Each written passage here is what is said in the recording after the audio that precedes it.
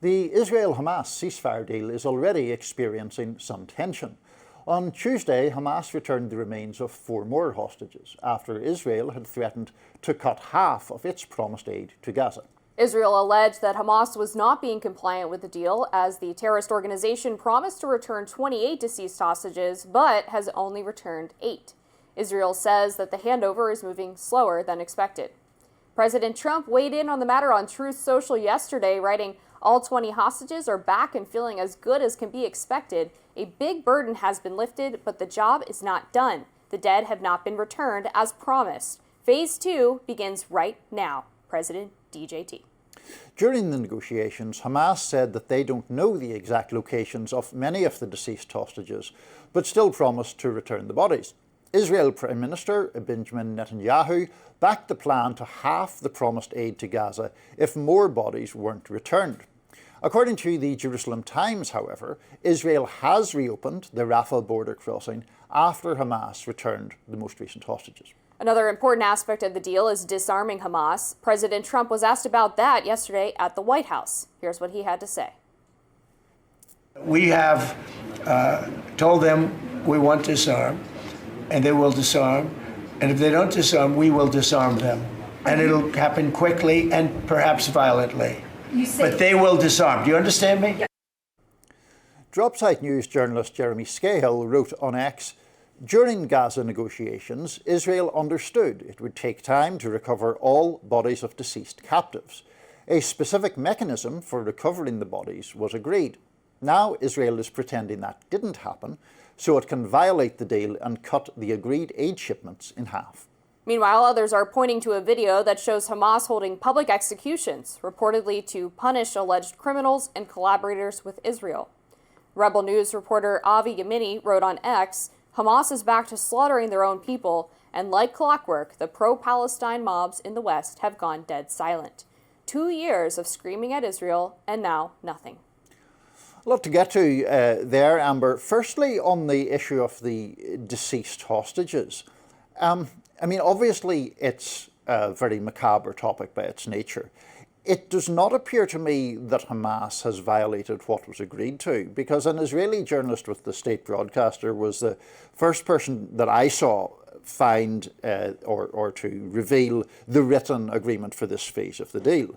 And it did note, as Jeremy Scahill noted, that there was a recognition that Hamas did not know, in fact, where all the bodies of the deceased hostages were, and that it would endeavour to find out as soon as possible and would return the deceased that were in its possession. But there was this mechanism to find out more.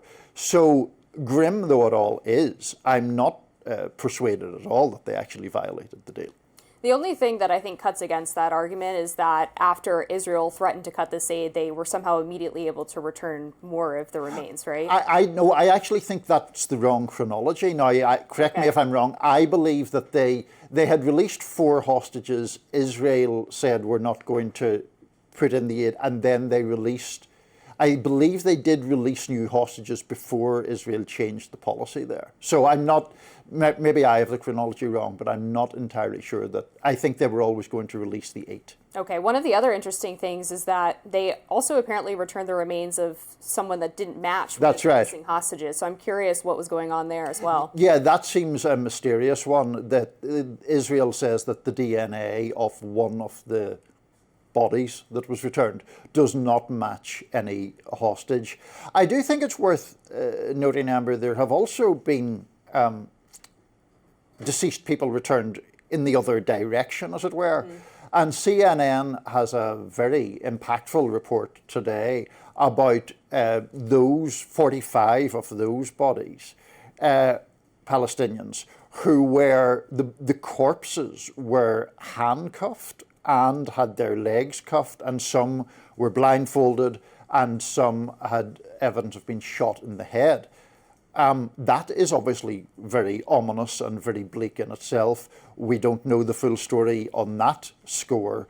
All of these things, I think, point to the fact that even at this stage of the proceedings through this first phase of a peace deal, it's obviously very fraught. These are very emotionally potent topics for entirely obvious reasons, and you've two sides that are enormously mistrustful of each other. Right. So this is not going to be a smooth process, I don't think. No, I don't think so either. And I obviously want to reiterate, as I believe we have several times on the show, how historic it was and how important it was for even the outline of a peace deal to be achieved, and most importantly, the remaining hostages being returned, and Israel, of course, returning some as well. And I think Trump deserves enormous credit for that. The next part is what's going to be perhaps the most challenging, which is getting both sides to agree to what the next steps of the deal are, and also ultimately, what is it going to look like for Gaza to be led by some independent authority,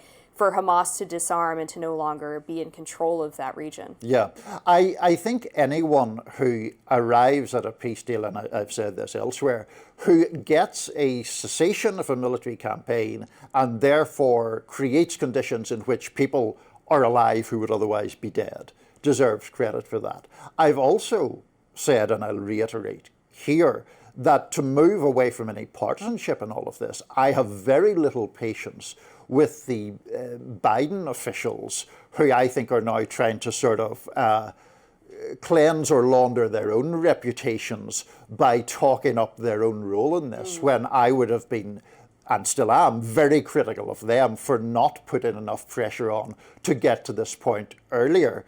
Trump, for all his unpredictability, did actually put some pressure on Netanyahu, it seems, to get to this point, and I think that's a very valid. That is an important thing to raise, because Biden himself did that in his statement that he released this week, where he was talking about how they had basically laid the groundwork for this, and all that Trump did was get it over the finish line. Right. It's like, that's not what happened. That's definitely not what happened. Right. And yes, and we have talked on this program about how Trump was really publicly saber-rattling Netanyahu and saying how frustrated he was with his unwillingness or inability to reach some kind of agreement with Hamas. He talked about the fact that Israel was not abiding by what the U.S. necessarily wanted it to do in order to get to this point. And I think the difference is, frankly, that other countries actually believe Trump when he says these things publicly and threatens to get aggressive with them. I think they believe that he will follow through, and having that type of backing of that believability of, well, Trump actually might do something to us, can be very compelling for someone who otherwise would see this as maybe some kind of signal to his base. Like, no, Israel actually apparently believed that Trump was willing to hold them accountable. Yeah, I mean, as you know, I am massively critical of them in various ways, particularly in the domestic arena, and we may get to some of those issues later in today's show. But I do think his inherent volatility can actually be sometimes useful in negotiating situations, especially on the international stage. I wanted to get to your point about the legitimacy of whoever does ultimately end up governing Gaza, but I believe we're almost out of time with this segment, so maybe we'll have some other time. Well, that's a shame. Yeah, we'll have to get back on together soon. Some other occasion. Up next, President Trump is saying that the U.S. military has struck another boat off the waters of Venezuela, but a Democratic senator is sounding the alarm. Stay with us for that.